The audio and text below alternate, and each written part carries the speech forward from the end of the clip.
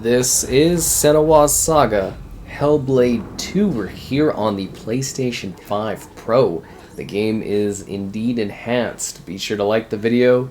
Subscribing is great as well. So yes, Hellblade 2, PlayStation 5 Pro enhanced.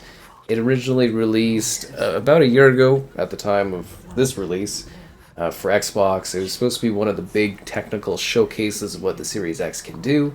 And after, a year of work and optimization, Xbox users kind of beta testing this, we now get a really premier experience with new settings, new modes, new functionality, and just kind of an enhanced experience with PlayStation 5 Pro enhanced. Anyways, no, it really is quite cool because we get the performance mode right off the bat here, which is quite exciting because they said it couldn't be done. As far as like providing a cinematic experience, and then, like with a lot of these games that get ported over to PlayStation, all of a sudden out of nowhere, 60 FPS. So pretty cool that the extra optimization delivers that. So this is a sequel to Hellblade: Senua's Sacrifice. So she returns in a brutal journey of survival through the myth and torment of Viking Iceland. She's intent on saving those who have fallen victim to the horrors of tyranny. She must battle overcoming darkness, and it's really interesting. I kind of call it ASMR the video game almost.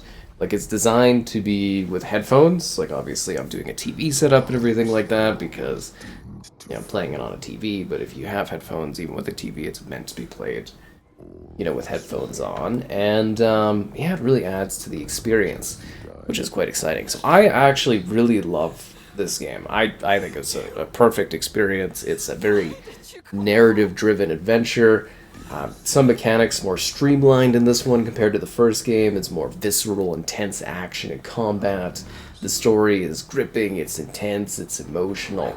It's very well performed, it's very well acted, it's very well designed. The game is stunning. It's one of the best looking I would say games ever made, just in terms of technology, and of course, just the facial elements. And because we're just pausing here for a sec, so you can see the character in action, and you can just see the level of detail on the, I guess you would say, arms. You can see the drying of the wetness, and just the facial design, and it's incredible, like motion captured and stuff. And then you get just an amazing performance here from our lead. It's so well done. Like this game is simply quite stunning. It really is.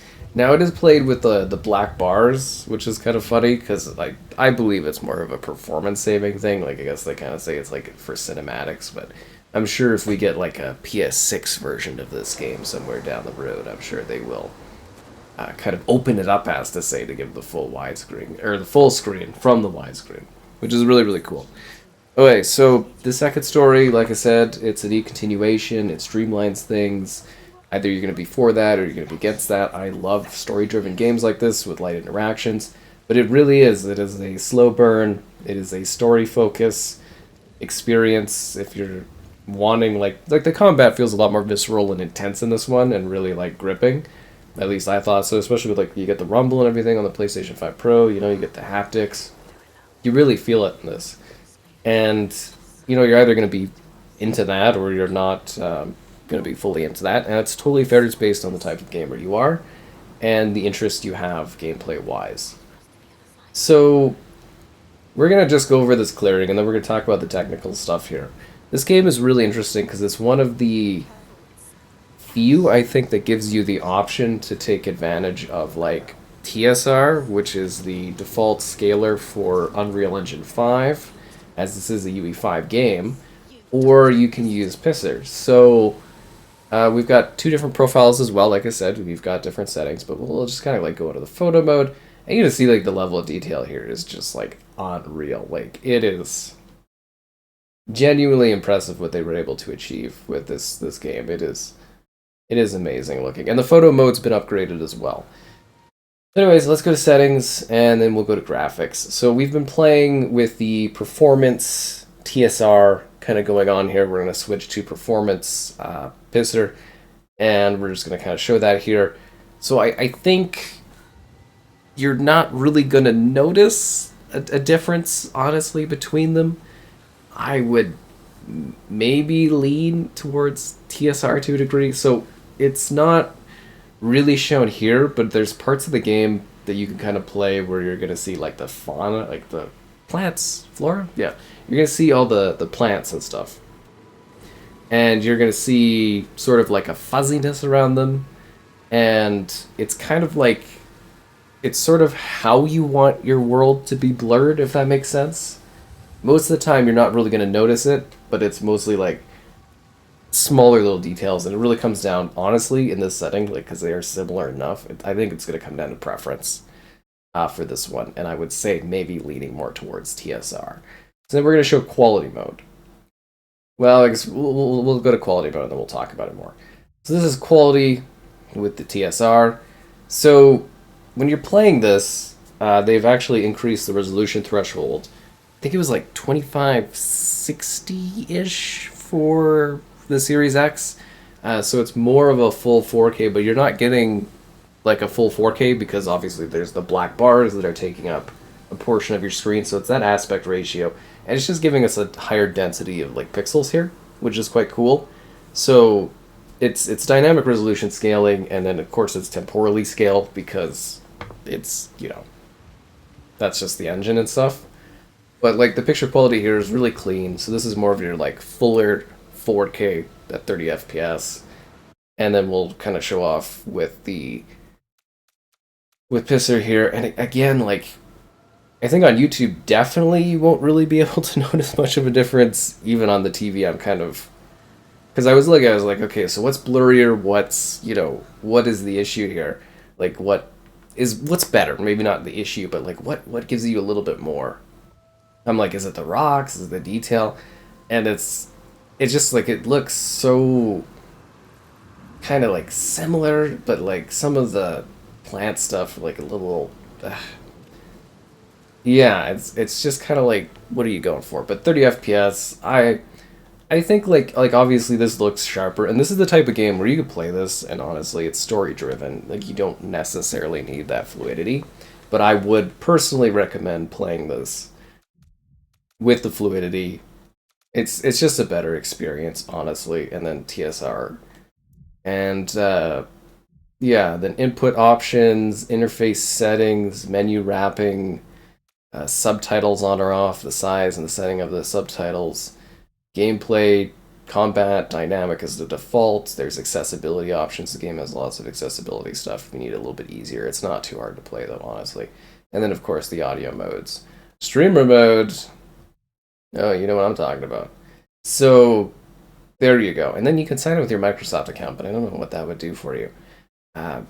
So yeah, when it's the performance mode, it's just like a lower 4K within the frame of being, you know, this aspect ratio.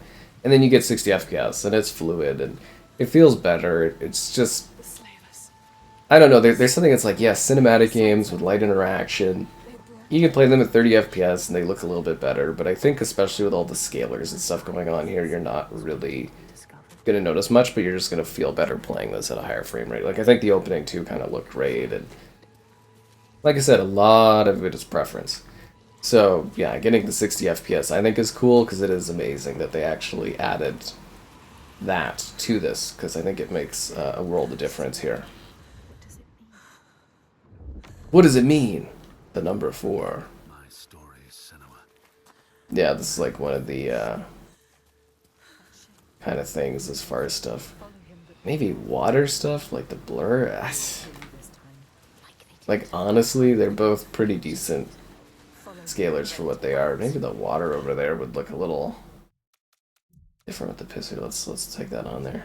A warrior with no sword, no weapon. She came here with nothing. What good? Yeah, I think honestly you'd be looking at such small like difference changes between them, or it's just like, I don't. He will kill you. Yeah, I don't know. Anyways, like that's where we're going at for console stuff. It's not like, you know, on PC where you could like really pop this off for like super high resolutions and stuff. You get what I mean? Where it's consoles, it's like they're giving you choice, but I don't know if your choices are really wildly changing things.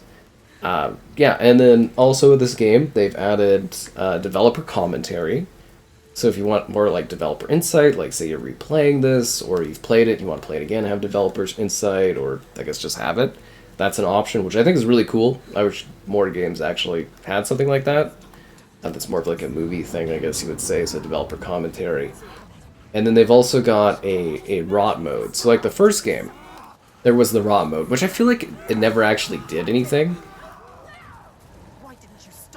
But there was like a rot mode, where it's like, oh, you're like slowly rotting over time, if that makes sense. And it's like, the more you die, the more you like fail. And I think this game has a little bit more added, but I really don't care for that kind of a thing in a video game. But, you know, all to their own on that one, right?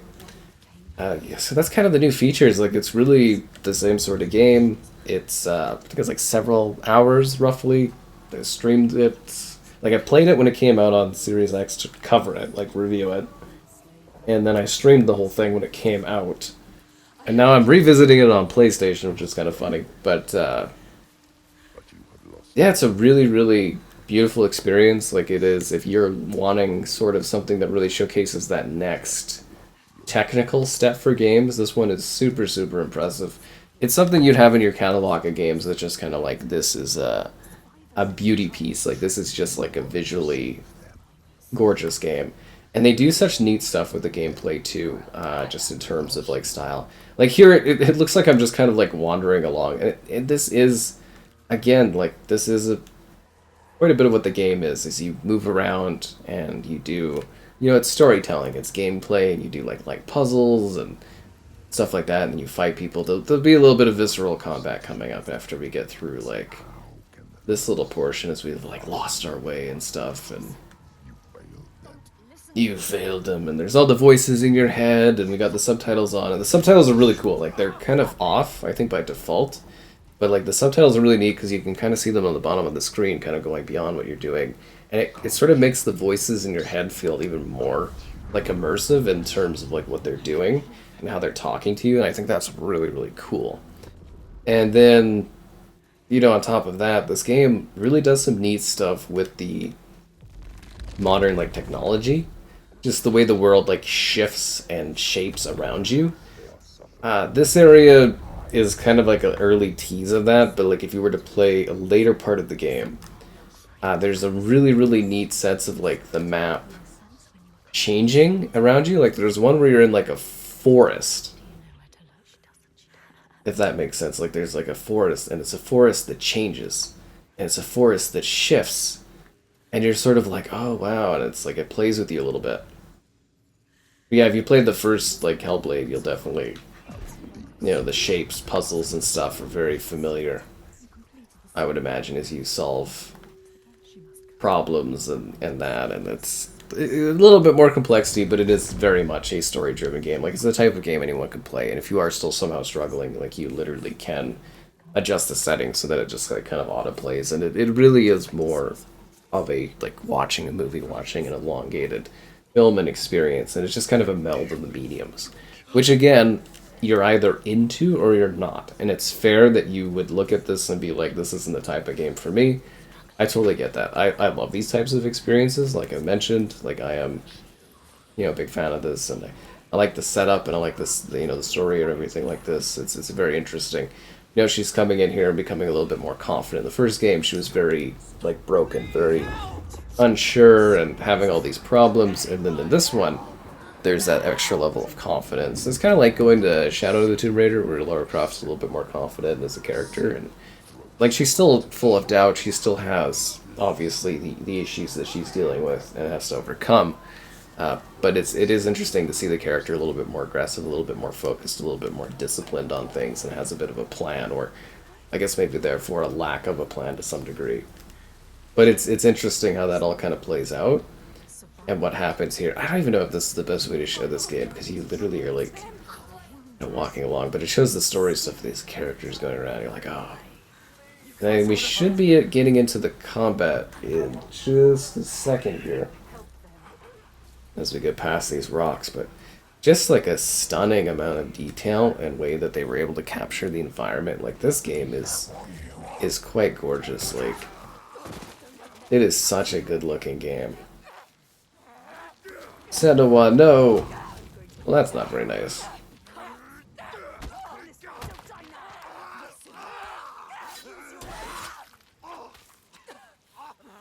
And it's very violent and gory too, and there's just like messed up stuff in this game.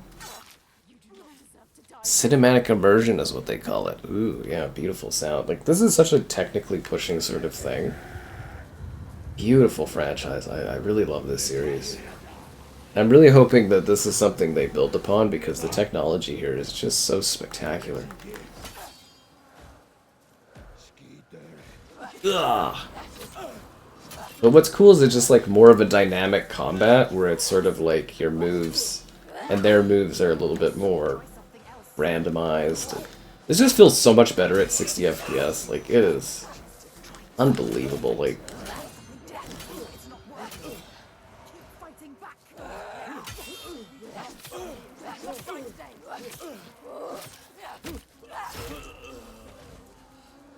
and the way the lighting is done, oh wow, such a technical, like, accomplishment gaming-wise.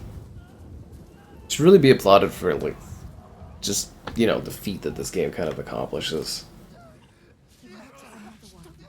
Which, like I said, you're either into these types of story games or you're not.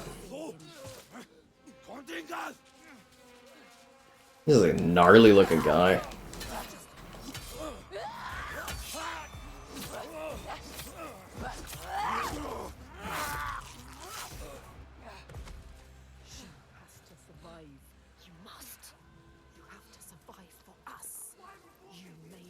Well, of course, the voices in my head want to live on. You're getting pretty quiet if they left, eh?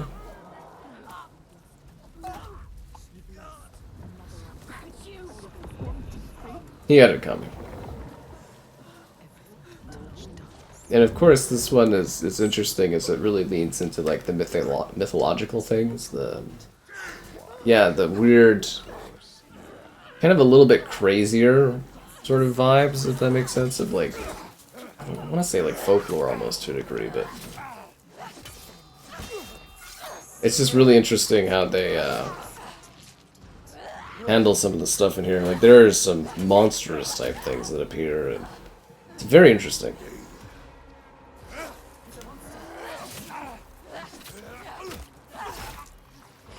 Another one bites the dust. That's what I'm talking about.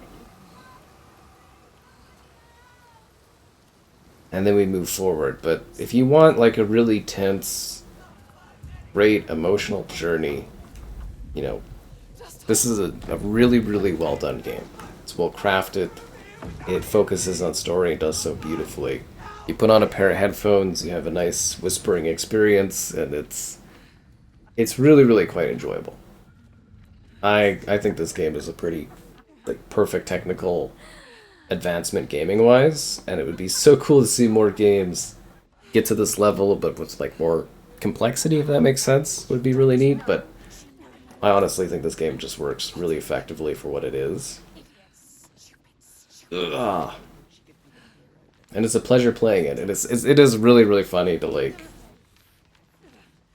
you know, kind of see them all of a sudden pull out like a higher frame rate mode out of nowhere, and it's just like, oh, come on. I don't know, you get bothered by it. You see so many games this gen like launch with 30 FPS on Xbox, and then all of a sudden it's like on PlayStation, and it's like, oh, well, with 60 FPS or higher out of nowhere, right? Actually, this area right here, I wonder if there's like a lot of fuzz. I wonder if that pisser would handle that better.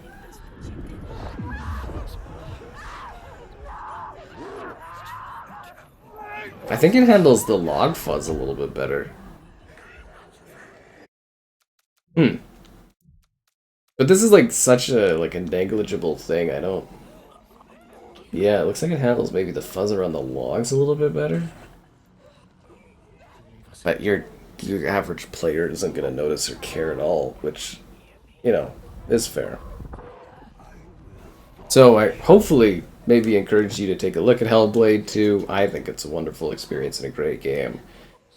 It is something that you kind of watch and you lightly experience, but for me, I really do love these types of games and wish we had some more options like it out there. And I'm looking forward to whatever they do next, as Ninja Theory always makes really intriguing games. And hopefully this one delivers something exciting for you to enjoy.